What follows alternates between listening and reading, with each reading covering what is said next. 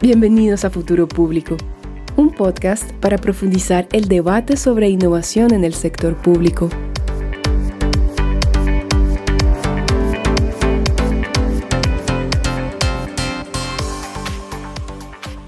El rápido desarrollo tecnológico actual ofrece grandes oportunidades para transformar la manera en que el sector público interactúa con los ciudadanos y hace delivery de servicios públicos. Una manera de poder aprovechar estas oportunidades tecnológicas para repensar los procesos y la capacidad de innovar del sector público es a través de la colaboración y alianzas con Startups GovTech. Bienvenidos a un nuevo episodio de Futuro Público y al último episodio de la serie GovTech Latinoamérica. Yo soy Alberto Burs. Y yo soy José Díaz. ¿Qué tal?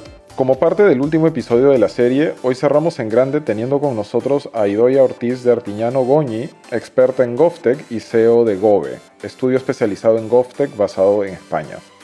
Con ella vamos a conversar y reflexionar extenso sobre el ecosistema en Iberoamérica y nos dará el punto de vista de Gove y su propia experiencia personal previa para enmarcar este tema. No se olviden de que nos encuentran en nuestra web futuropublico.org o también vía LinkedIn como Futuro Público. También no se olviden de que todos nuestros episodios están colgados en YouTube, Spotify, así como en demás plataformas digitales. Bueno, y sin más preámbulo, le damos la bienvenida a Idoia.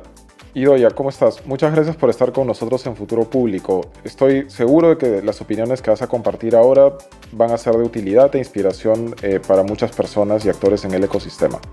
Muy bien, muchísimas gracias. Yo también encantada porque hace mucho que veía de vosotros y os veo por ahí, por todos lados, o sea que encantada de estar hoy aquí con vosotros. A ver, Idoia, cuéntanos un poco sobre ti y el rol que tienes en Gove. Pues, ¿desde hace mucho o qué os cuento? Lo más cercano, ¿no? Lo más relacionado. Haznos el elevator pitch. El elevator pitch, bueno, soy malísima en elevator pitch, pero vamos. Nada, os cuento un poquito. Yo vengo del tema de política pública, toda mi vida trabajando en temas de participación, transparencia, gobierno abierto, etcétera, cuando lo digital no era un tema, o pensábamos que no era un tema, y luego fui transicionando a la parte digital también en la parte de gobierno, ¿no?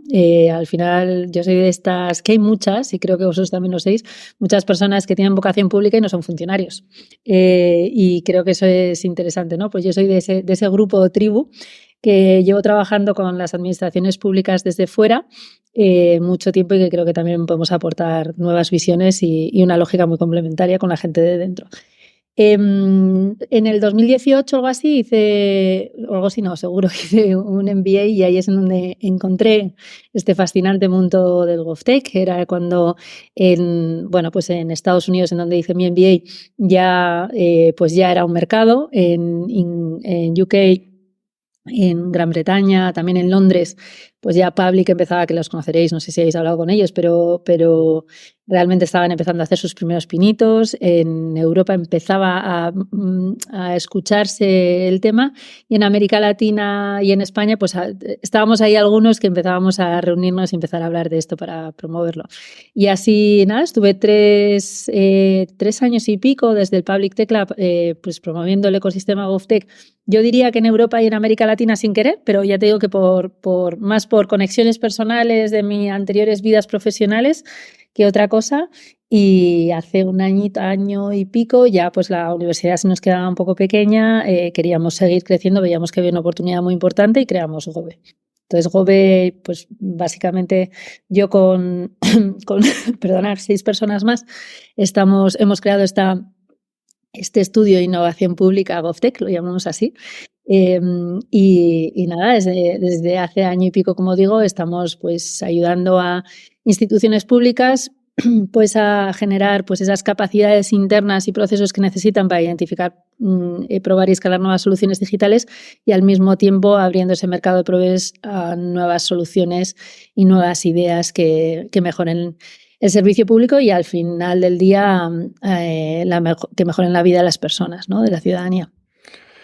Gracias, Idoia. Bueno, nos lanzamos capaz a la primera pregunta o la pregunta cero en todo caso.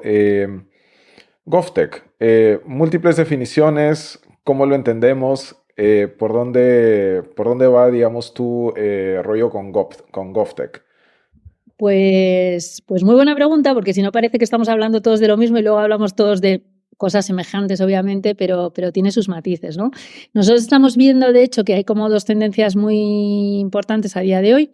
Gente que entiende GovTech como esa nueva ecosistema de startups, scale-ups, pyme digital, que utilizando tecnologías y datos dan soluciones a los grandes retos de las administraciones públicas, pero hay mucha gente que empieza a utilizar GovTech para la lógica de transformación digital en general, de gobierno digital en general. A nosotros nos sigue gustando la definición, la primera, porque hace énfasis en que primero son nuevos productos, pero son de nuevos solucionadores, innovadores y empresas pequeñas o nuevos proveedores digitales, que como sabéis es una triple complejidad cuando hablas de trabajar con las administraciones públicas, ¿no? Entonces nosotros, como definición, entendemos definición GovTech, y cuando digo nosotros es en Gov y el trabajo que hacemos como ese acercamiento de nuevas soluciones de nuevos proveedores digitales, y lo entendemos así porque para nosotros la agenda va más allá de una relación entre una startup y la administración pública. Para nosotros este espacio de trabajo es un instrumento de transformación pública, porque creemos que esas capacidades que se necesitan por parte de los gobiernos para identificar, probar y escalar nuevas soluciones, de alguna forma se ejercitan trabajando con nuevos proveedores, y si esos proveedores no son grandes, que te lo dan llave en mano y que te lo hacen todo, pues te ayudan a generar o a empezar a generar ese tipo de capacidades, ¿no? O sea, que nosotros tenemos una agenda detrás que por la cual trabajamos con este tipo de definición.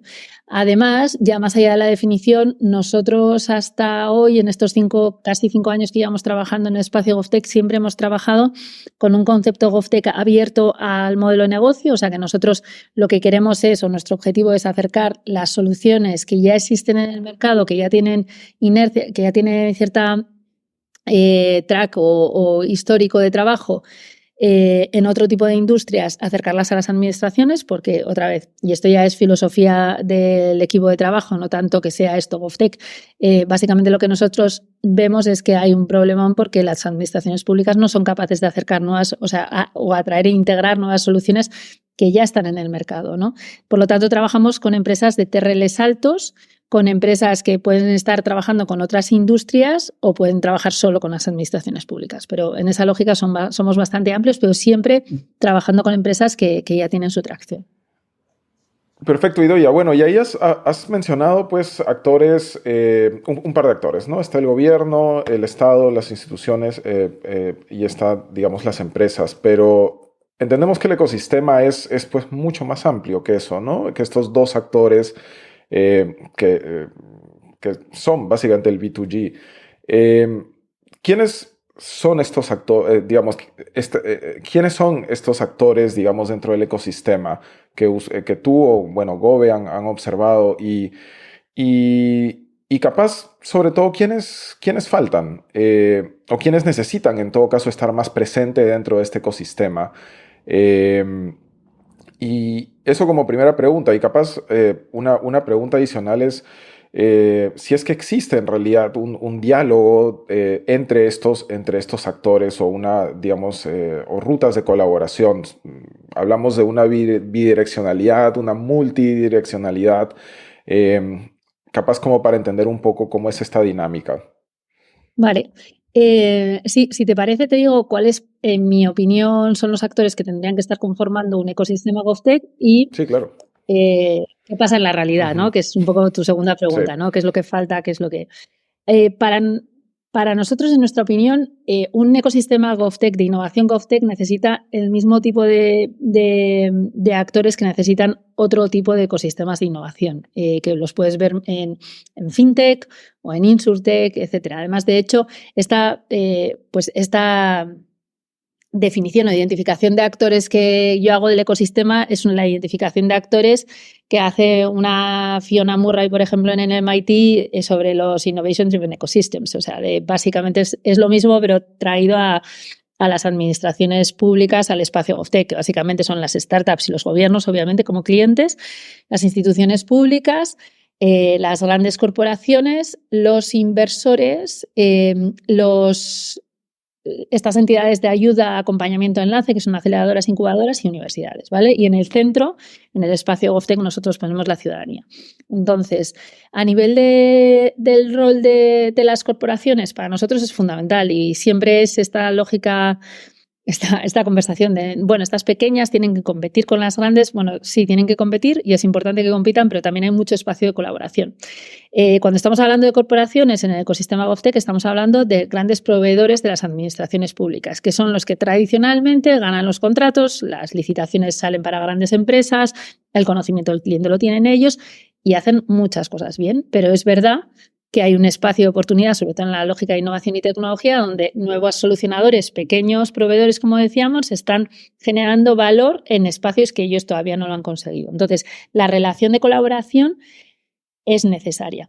Es necesaria sobre todo por dos cosas concretas. Las grandes corporaciones primero tienen acceso a licitaciones en donde la pequeña nunca va a tener acceso por simplemente las lógicas de solvencia o por la cantidad, porque básicamente la administración pública además tiende a pedir muchos servicios integrados, llave en mano, ¿no? Proyectos de 300 millones de euros para una carretera. Bueno, pues una empresa que hace, por ejemplo, inteligencia artificial como Asimov para identificar el estado de esas carreteras, que estaremos hablando de un ticket de 250.000 euros, bueno, pues no va a salir una licitación solo para ellos, va a salir una licitación grande. Bueno, pues la colaboración de un Asimov con una empresa grande, pues es muy, muy interesante. Aparte, además de eso, es verdad que las grandes empresas también compran este tipo de soluciones. Al final no tenemos que olvidar que el espacio GovTech, estamos hablando de startups, scale-ups y pyme digital. Dejemos aparte la pyme digital, pero la startup y scale-up, al final del día, por la lógica de inversión que tienen, también están pensando en un éxito, en una compra, en una adquisición.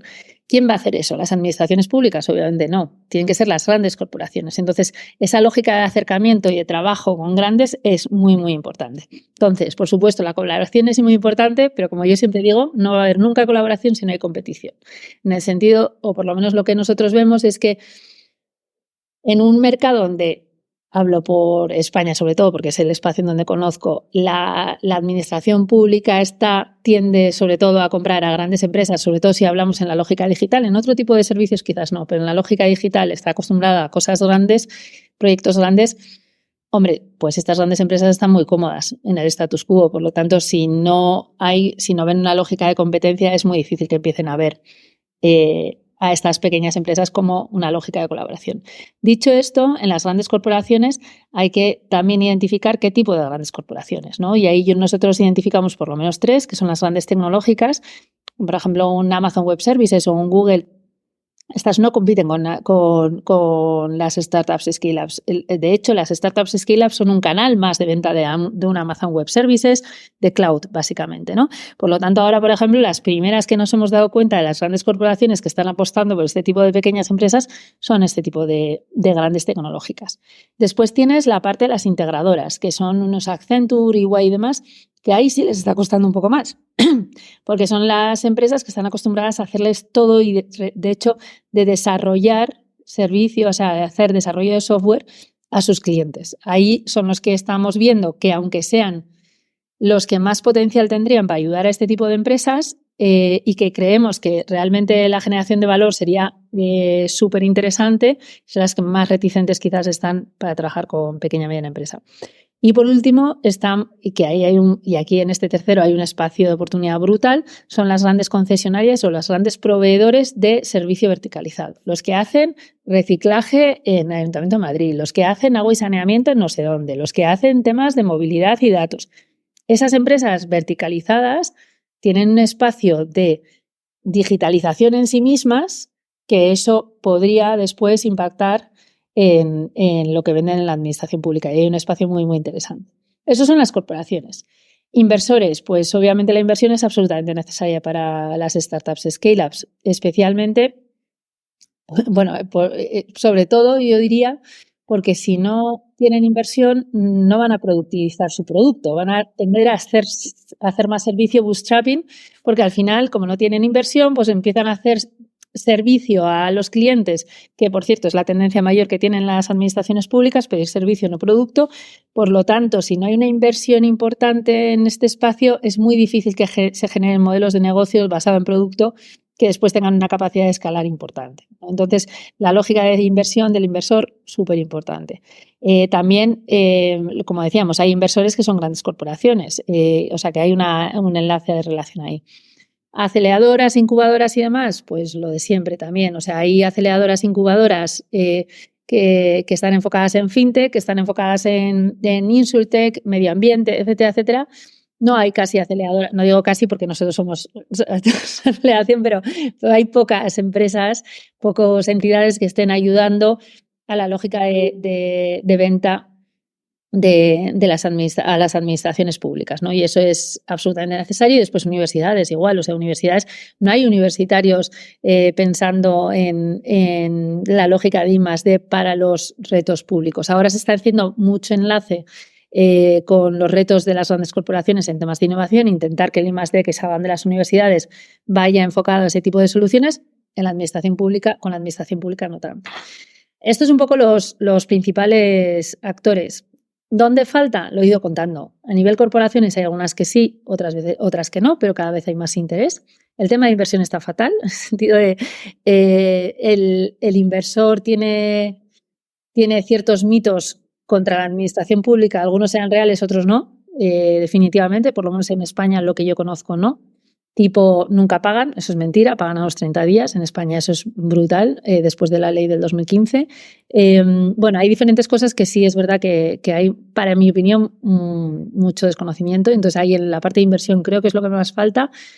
Y en la parte de apoyo también, como decía, no hay tantas aceleradoras. Al final no tienes un ecosistema articulado de todos estos tipos de actores que estén apoyando a este tipo de empresas para que florezcan, para que crezcan, etc.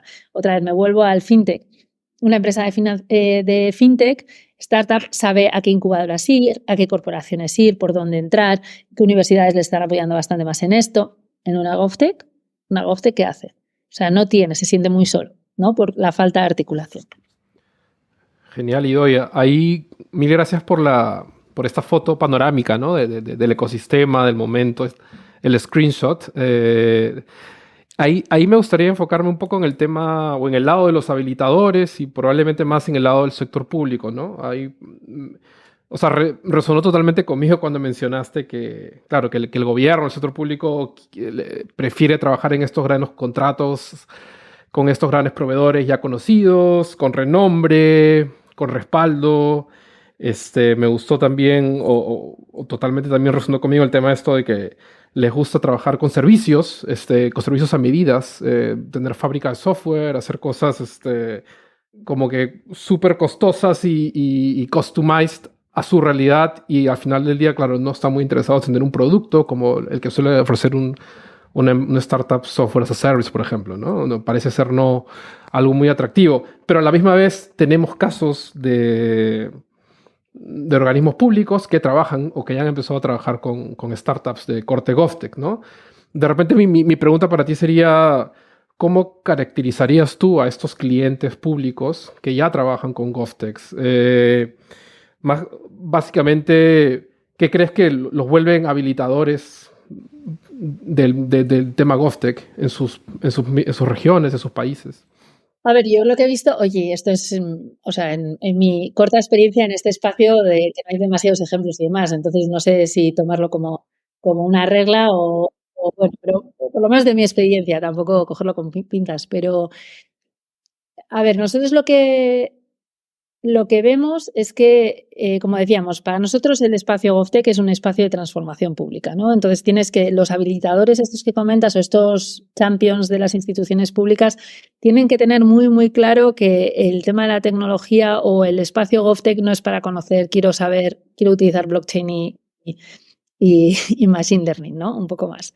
Normalmente el tipo de habilitador con el que nosotros trabajamos, yo diría que tiene varias características comunes. La primera, la que digo, entienden muy bien lo que es la transformación pública y lo que es la transformación digital dentro de la transformación pública. Eso la tiene clarísima. Segundo, suelen ser gente no tanto de informática o del equipo de tecnología, como gente del equipo de estrategia digital, que es muy diferente, ¿no? O sea, es gente que le pagan y le ponen ahí para pensar a largo plazo en la lógica de digitalización. Todas las instituciones públicas que han requerido el servicio de GOVE o han sacado licitaciones en este espacio, desde luego han sido equipos, como digo, que están pensando en un paso más allá, ¿vale? Entonces, eso sería como las dos características de estos habilitadores. Es gente que entiende que la digitalización de la administración pública está pasando a una siguiente fase. ¿Y cómo yo la describo esa siguiente fase? Más allá de la típica descripción de gobierno electrónico, gobierno tal, gobierno digital, gobierno inteligente, que está muy bien y yo es la primera que lo utilizo todos los días, lo que yo sí que he empezado a entender, y otra vez, lo digo, o sea, no hay evidencia empírica, esto es mi experiencia y que cada uno lo entienda como quiera, pero lo que yo veo, por ejemplo, es que, por lo menos en España, ha habido muchísimo esfuerzo, inversión, dinero, y todavía lo hay en crear el core, o sea, que es la infraestructura, la interoperabilidad, la ciberseguridad, ese gobierno como plataforma, esos servicios comunes que tienen que servir, que una lógica transversal, que todo se integre, que todo funcione al mismo tiempo, ¿no? Entonces, ha habido como mucho foco en eso. Claro, ahora yo creo que en la segunda, bueno, no sé si segunda, tercera, quinta, no sé, pero vamos, en la siguiente ola de digitalización de las administraciones públicas vamos más a repensar el modelo de servicio, el modelo del servicio que se plantea desde las administraciones a la ciudadanía. ¿Qué es con lo que me refiero? Es digitalizar, por ejemplo, el Departamento de Medio Ambiente, cómo genera su servicio y cómo la digitalización le puede permitir qué funcionalidades existen en el mercado para pues eso, desarrollar o proveer su servicio de medio ambiente de una manera más eficiente, generando más valor, etcétera, etcétera. Creo que en las administraciones los equipos normalmente están muy enfocados en lo del core y ahora hay esta nueva capa. Bueno, pues los habilitadores van a eso. Van a cómo podemos ayudar a los equipos de negocio a hacer mejor su trabajo. Y eso es complicadísimo porque estás metiéndote en la competencia del negocio de medio ambiente, el negocio de tal. Entonces es gente, los habilitadores que nosotros conocemos, gente que conoce, que no tiene competencia, pero que igualmente tiene que empujar desde dentro una lógica de digitalización de su institución en general, ¿no? Metiéndose en esa capa tan compleja en donde ellos no tienen tanto poder. Y por lo tanto, son gente con un carisma brutal y con un entendimiento de la institución brutal y de una lógica y un lenguaje y un capital humano muy, muy importante, ¿no? Entonces, yo creo que eso serían como las características de los habilitadores en este espacio GovTech que estamos viendo, que son los primeros que están entendiendo, pues como digo, uno, GovTech como palanca de transformación pública, segundo, GovTech para esa nueva ola de digitalización del modelo de servicio y tercero, GovTech o su propio rol como unos habilitadores en espacios en donde les son ajenos, no tienen tanta competencia, son complejos, pero que igualmente empujan la digitalización de toda la institución. Ahí, de hecho, bueno, hablamos y ya has descrito súper bien un poco estas características de los habilitadores en el sector público, pero precisamente mientras hablabas yo estaba pensando como, ok, entonces el reto de hecho para las startups, para no sé si decir igual la siguiente generación de startup GovTech o en general, es pasar de ser prestadores de soluciones, digamos, aisladas, puntualizadas, etcétera, a capaz una prestación de soluciones como mucho más holística. Hablamos ya de como, pues que integren una cadena de valor, digamos, hacia dentro y fuera digamos, del gobierno, por un lado, y por el otro como mencionabas que ya se meten un poco al core del negocio, ¿no? Que eso también no solamente les da visibilidad, pero los ponen en el spotlight un poco, ¿no? Y ese spotlight puede no necesariamente ser algo bueno. Entonces, ¿cómo van moviéndose? ¿Cómo ves que se pueden ir moviendo estas startups hacia estos temas públicos que son mucho más complejos, sensibles, que tienen que ver con este core? No lo sé. Es que yo desmitifico mucho la diferenciación del espacio de gobierno y las necesidades de las administraciones públicas con el resto de espacios, ¿no? A tu primera pregunta, a ver, si tú quieres escalar, si eres una startup scale-up y quieres escalar, puedes escalar de dos maneras. Generando un producto específico y yendo a muchos más clientes y escalando por clientes, o generando un digamos, adicionalidades o complementos a tu producto, funcionalidades, vamos a decir, en las que generas más valor, por lo tanto, cobras más, obviamente, en el mismo tipo de clientes, ¿no? Yo conozco startups que lo que hacen es, ayudar en los procesos, en todo el proceso, en procesos específicos, pero están muy, muy especializados en este tipo de procesos. Una startup, o sea, un producto digital es un producto digital. Y ese producto digital creo que al final del día es acotado por propia definición. Lo que creo que es más interesante es pensar cómo tienes que tener el core para intentar pues integrar ese tipo de soluciones más específicas que generan un valor específico en tu infraestructura digital y sobre todo en tu cadena de valor o tu proceso de servicio, lo que quieras. No sé si va por ahí tu pregunta. Yo no veo empresas GovTech que vayan a hacer de todo y al final estén vendiendo proyectos de 30 millones de euros como una Accenture, porque entonces perderían un poco la lógica de producto. Igual son 30 millones vendiendo tu producto, pero es tu producto. No sé, yo en ese sentido no sé si he entendido la pregunta, pero vamos, yo lo plantearía más así. Y la segunda pregunta, no me acuerdo mucho qué era. Es sobre cómo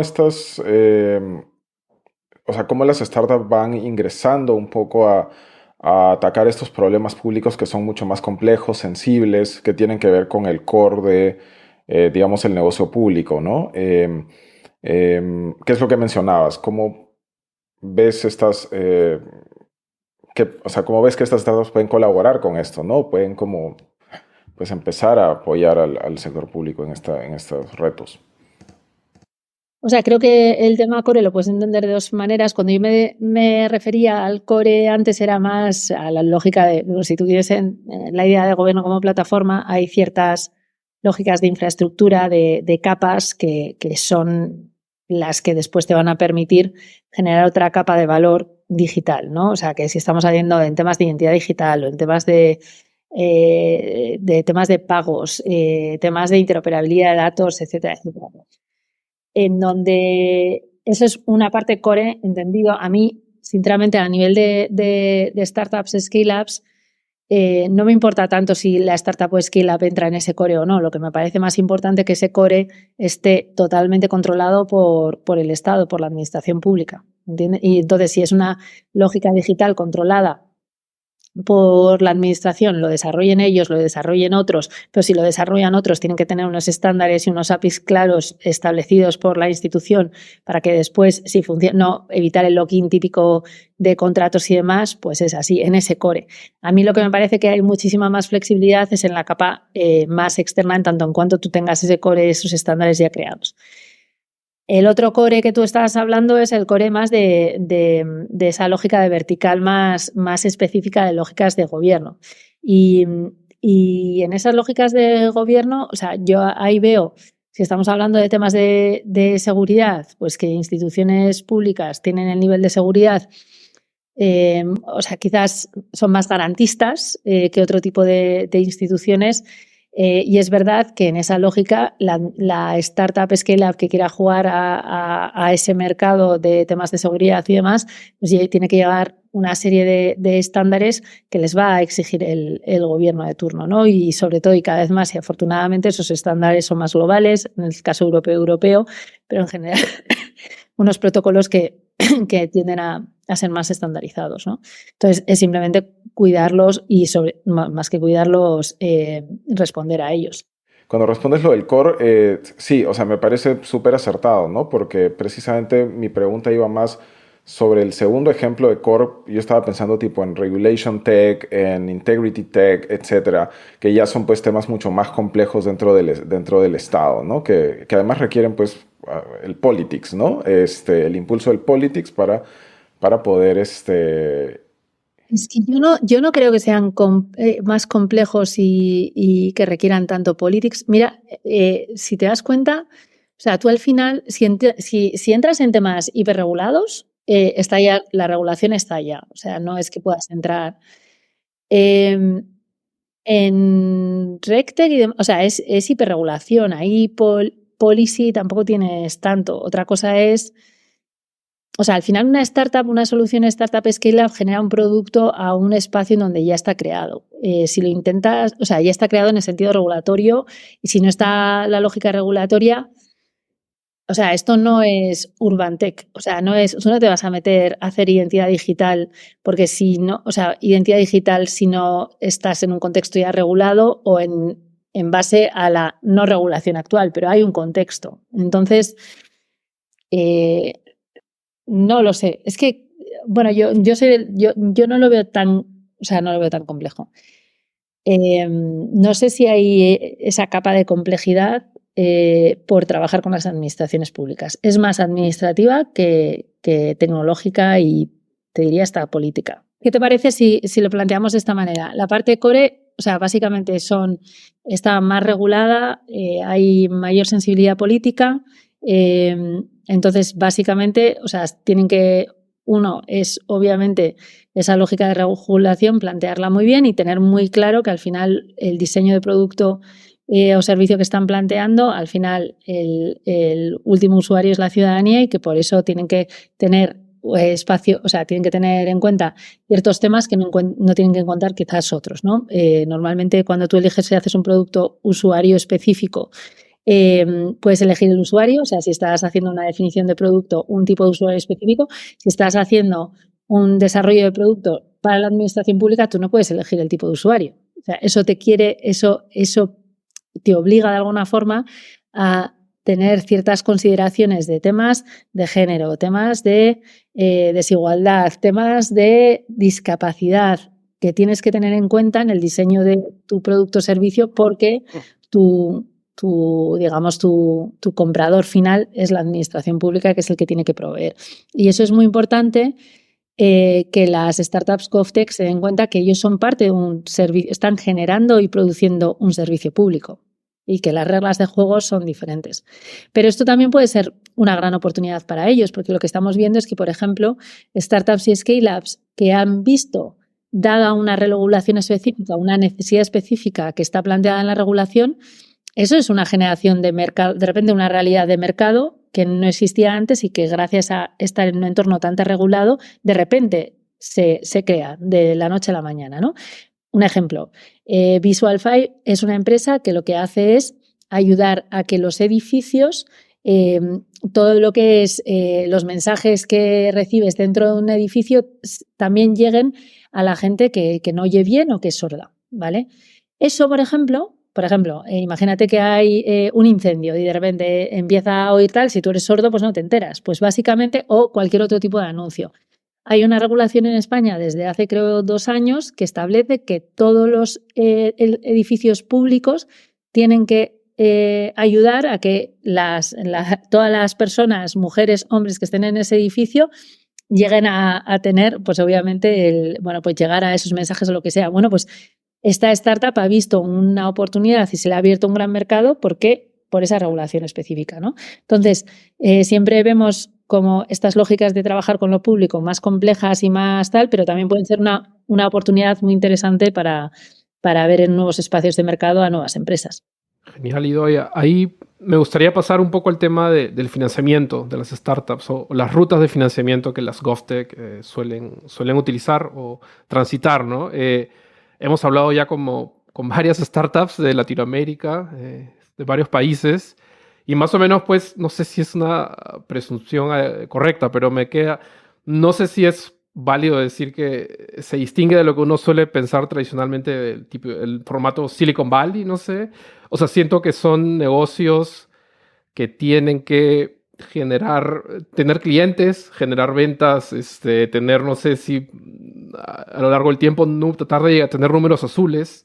No estamos hablando de, qué sé yo, Uber o Airbnb, que pueden tener billones detrás y pueden estar trabajando en rojo por años. No sé si desde tu punto de vista crees que hay una particularidad a cómo las GovTech se financian en nuestro contexto latinoamericano, o te parece que siguen las reglas tradicionales del juego.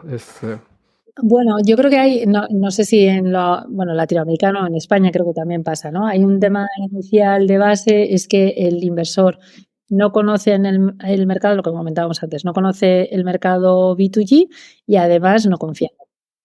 Ya está. O sea, porque al final tú cuando estás invirtiendo en empresas que todavía tienen números rojos, que están iniciando y demás, tienes que confiar que esa empresa pueda crecer. Si tú en el mercado que trabaja esa empresa no conoces, o sea, no conoces ese mercado y además no te fías un pelo, pues es difícil que te inviertan nada hasta que efectivamente tengas números azules, que ahí te invierte todo el mundo, ¿no? Porque bueno, todo el mundo sí hay oportunidad, pero en el sentido de que, bueno, ya se ve que hay cierta atracción, ¿no? Entonces, bueno, eso es una realidad que no solo es de América Latina. Y sí, creo que hay que hacer muchísima evangelización con lo que son los fondos de inversión.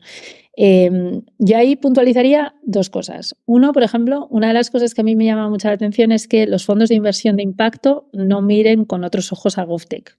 ¿Por qué?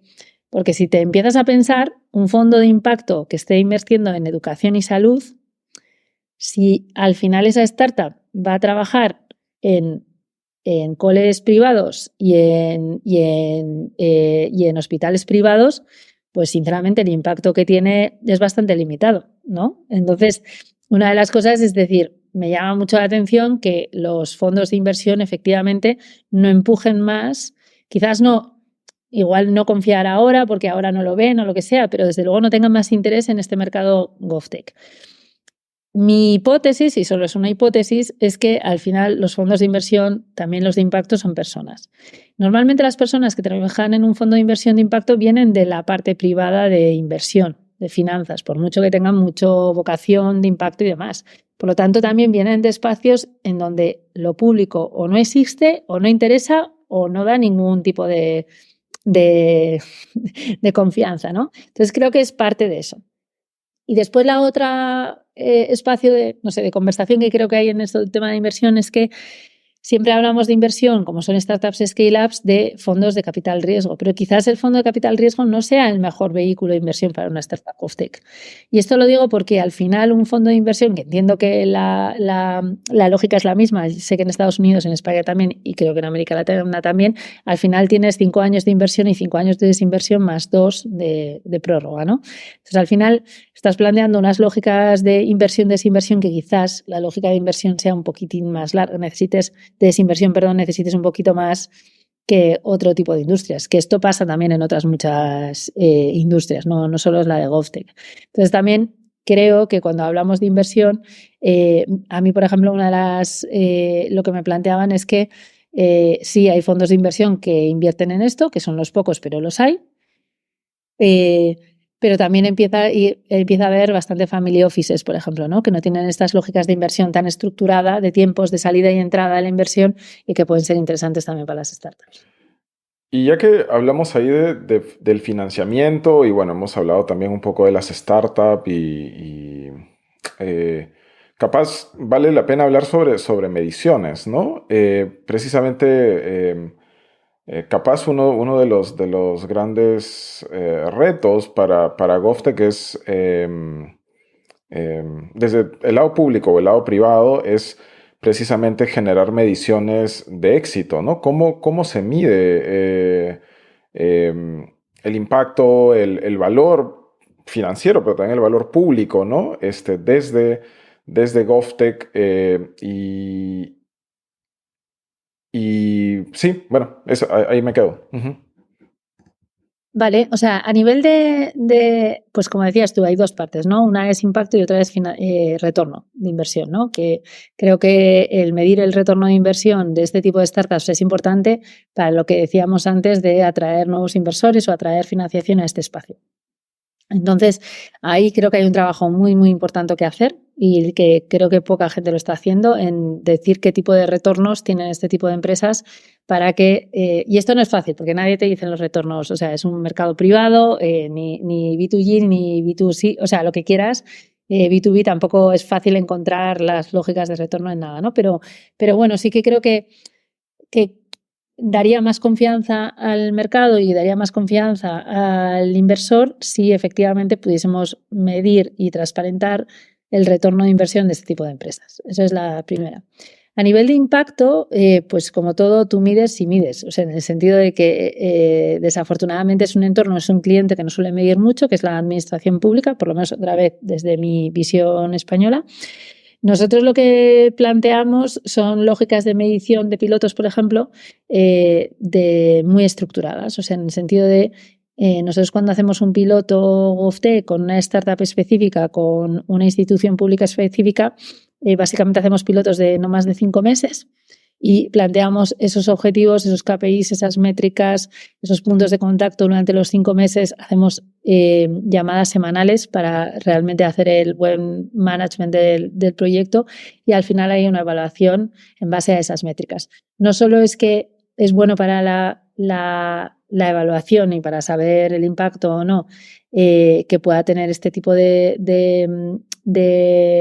tecnología, también es muy importante para que el cliente, en este caso la institución pública, replantee el objetivo de la medición que quiere hacer, que muchas veces también cuando pruebas cosas nuevas es que en realidad no sabes y pruebas y a ver qué pasa, ¿no? Pero no, ¿qué quiero medir? ¿Cuál es mi objetivo de este proceso de medición? Eso nos ayuda bastante. Obviamente no puedes medir, o sea, mides lógicas tecnológicas y de datos que estén planteándose en el piloto, no puedes medir tan fácilmente el impacto real o el impacto a largo plazo que puede plantear este tipo de soluciones. Pero creo que es más, no solo tecnológicas, también el impacto en las formas de trabajar del funcionario, el impacto en el valor agregado a la ciudadanía por la integración de esa funcionalidad. Yo no veo tan complejo la lógica de medición, lo que veo complejo siempre es generar un proceso de medición en sí mismo porque no es lo habitual. En los equipos muchas veces no hay capacidad para hacerlo.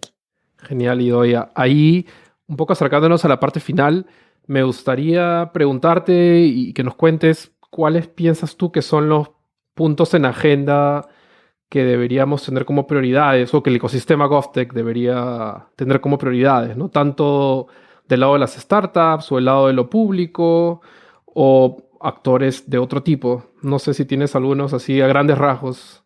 Sí, seguro. O sea, el primero, sector público, que visibilice su interés por este espacio. O sea, porque eso es, al final, es como creas mercado, es visibilizar que efectivamente tienes interés y obviamente generar esos canales específicos para que esta relación se genere, ¿no? Pero sobre todo, dejémoslo de generar los canales, que es más complejo para dentro de un rato, pero por lo menos visibilizar el interés, ¿no? De conocer este tipo de soluciones, de probar este tipo de soluciones y a partir de eso todo lo demás se va a mover.